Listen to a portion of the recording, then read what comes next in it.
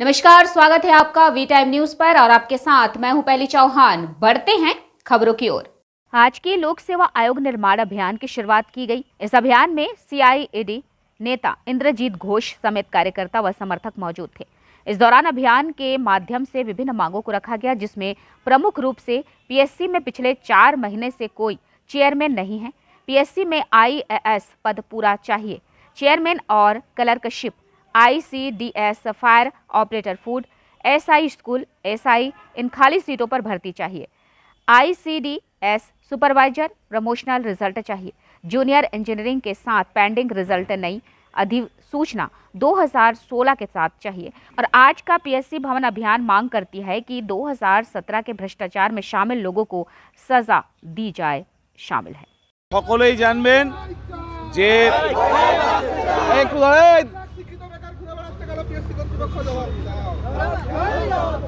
গত 4 মাস হয়েছে পিএসসির কোনো স্থায়ী চেয়ারম্যান নেই।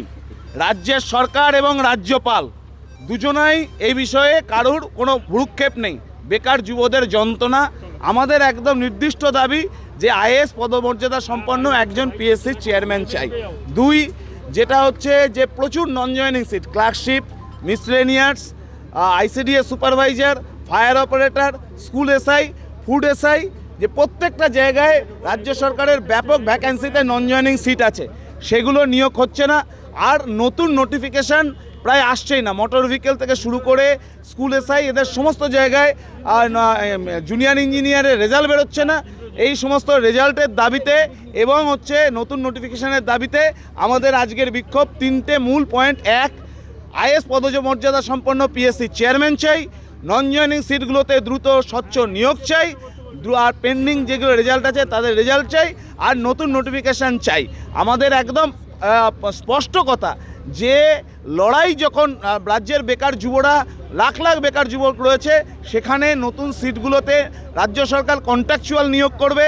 মুখে রাজ্য সরকারের পক্ষ থেকে বড় বড় কথা হবে, কিন্তু রাজ্য সরকারের দপ্তরগুলোতে শূন্যপদ থাকবে। এই জিনিস চলতে পারে না। আমাদের তাই রাজ্যের বেকার যুবদের স্বার্থে এই লড়াই এবং হচ্ছে মূলত নিয়োগের দাবিতেই আমাদের লড়াই।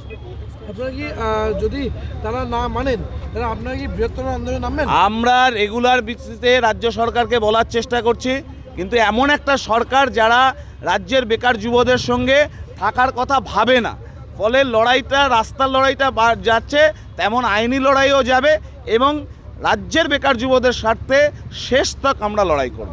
আমরা clerkship 2019 preliminary mains typing qualified candidate waiting এ আছি, কিন্তু পিএসসি 1.5 বছর ধরে আমাদের মিথ্যা প্রতিশ্রুতি দিয়ে সেক্রেটারিয়েট, ডিরেক্টর, রিজিওনালে সমস্ত নন জয়েনিং সিট আমাদের প্রাপ্য, তারা সেই প্রতিশ্রুতি আমাদের দিয়েছেন। কিন্তু এখন যখন চাকরি পাওয়ার সময় চলে এসেছে, তখন এই সমস্ত নন জয়েনিং সিট তারা হোল্ড করে রেখেছেন। আমাদের পিএসসি কর্তৃপক্ষের কাছে জবাব দিতে, পিএসসি কর্তৃপক্ষকে জবাব দিতেই হবে এই নন জয়েনিং সিটগুলো তারা কি করবেন। আমরা ওয়েটিং এ আছি, আমরা 3টে ধাপ পাস করে আছি। সেক্রেটারিয়েট, ডিরেক্টর, রিজিওনাল সমস্ত নন জয়েনিং সিট ওনারা আটকে রেখেছেন। 1.5 বছর ধরে আমাদের প্রতিশ্রুতি দিয়েছি, 12 বার আমরা ডেপুটেশন জমা দিয়েছি, তখন ওনারা কোনো ব্যাঘাত ঘটেনি। কিন্তু এখন যখন চাকরি পাওয়ার মধ্যে দোরগোড়ায়, তখন সমস্ত নন জয়েনিং সিট ওনারা হোল্ড করে রেখেছেন। ক্যাটাগরির সাথে বঞ্চনা হচ্ছে। আমরা ওয়েটিং এ পাস করে বসে আছি, তবুও নন জয়েনিং শূন্যপদগুলো ওনারা ছাড়ছেন না। ওনাদের জবাব, রিজার্ভেশন রুলস ফলো করেননি, ওনাদের এই জবাব দিতেই হবে। নন জয়েনিং সিটগুলো ওনারা কি করবেন সেই জবাব দিয়ে আমাদের করতেই হবে। জবাব দিয়ে যদি ওনারা সঠিকভাবে না করেন, তাহলে আমরা আজকে এখানে চাকরি নিয়েই যাব।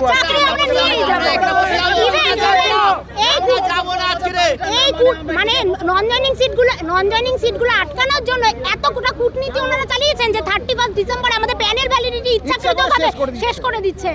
ইচ্ছাকৃতভাবে 31 ডিসেম্বরে শেষ করে দিচ্ছেন। ওনারা বলছেন যে আমরা সমস্ত ডিপার্টমেন্টকে চিঠি পাঠিয়ে দিয়েছি, কিন্তু আমরা যখন ডিপার্টমেন্টে যাচ্ছি তখন বলছে যে না, পিএসসি থেকে কোনো চিঠি আসেনি, পিএসসি থেকে চিঠি না আসলে আমরা নন জয়েনিং রিপোর্ট করবো না। ফলে সমস্ত নন জয়েনিং সিট পিএসসি হোল্ড করে রেখেছে। আমাদের সাথে রীতিমতো বঞ্চনা করছে পিএসসি। 1.5 বছর ধরে কথা দিয়ে কোনো প্রতিশ্রুতি পালন করেনি, মিথ্যা প্রতিশ্রুতি।